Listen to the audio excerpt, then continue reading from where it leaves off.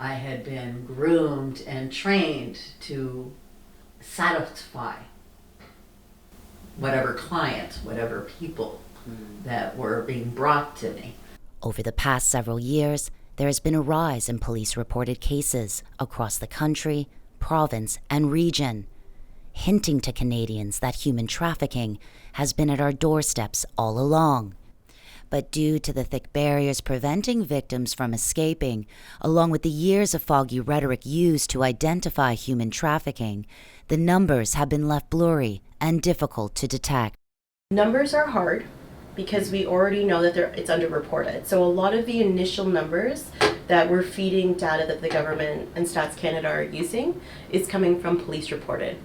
But if we take a look at the trend for domestic violence, if we take a look at the trends for sexual violence, we recognize that those are also underreported. So there's a lot of things that are happening in the community that we aren't aware of and we're not tracking. The first time data was collected was in a 2009-2016 Statistics Canada report. It revealed that Ontario alone had 2/3 of these police-reported only incidents, which is 1.5 times the national rate, and why Ontario has been coined as the hub for human trafficking activity. So Ontario is actually a travel destination. So we have access by the border, we have access by planes, and we have the 403, the 401 corridors. So it is a destination if you're traveling west or east, north or south, and that's why Ontario itself is a hub. You'll see regionally that regions will consider themselves a hub, but in reality, all of Ontario is a hub because of its accessibility.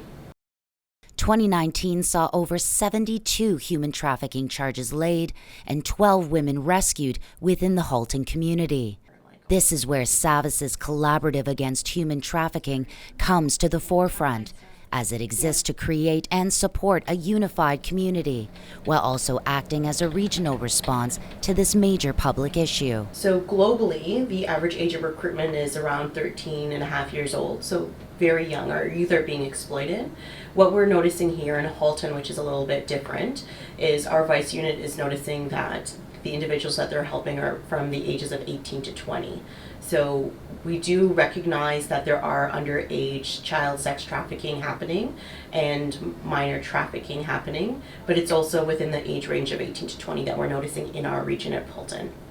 The targeted individual has no mold, right? Individuals that are middle class or higher income can also be trafficked. They can also be targeted by traffickers in the community. Robin Z, who is targeted and groomed into the sex trade for over 25 years, finally escaped at the age of 34. Robin sheds light on those at risk, highlighting that human trafficking does not discriminate. It's not just dingy apartments anymore. Airbnb was, I think, flagged for, and it's not Airbnb's fault, but some of the big houses like Halton has Oakville, areas, Meadowlands, areas where you wouldn't think. If you say Hamilton, people go, yeah, of course, it's Hamilton, right? You got Barton Street. But you have some really pretentious upper middle class where girls are being kept in beautiful mansions. But they're not, it's not like they're eating steak or living the high life. They're still prisoners. With a sense of urgency, the Ontario government back in November 2019 announced that they had a new strategy and that annual funding had been granted to the province. A part of that strategy is investing $20 million annually into supports for victims as well as cracking down on those offenders. And this is great news because this summer I hosted 13 roundtables all across the province. I also visited with over 15 shelters. I visited our Violence Against Women coordinating committees. So I heard firsthand from those who are on the front lines, for those with lived experience and those in the community safety sector who are seeing the results and what happens with human trafficking. So this sort of brings us to why does trafficking happen in Halton? And on the same day, echoing the ministry, was Halton, where Savis and its partners Elizabeth Fry and Summit Housing received a grant for their Continuum of Care program, which will be used toward continuing supports and services for survivors. With such provincial and municipal collaboration, the fight against human trafficking is picking up speed.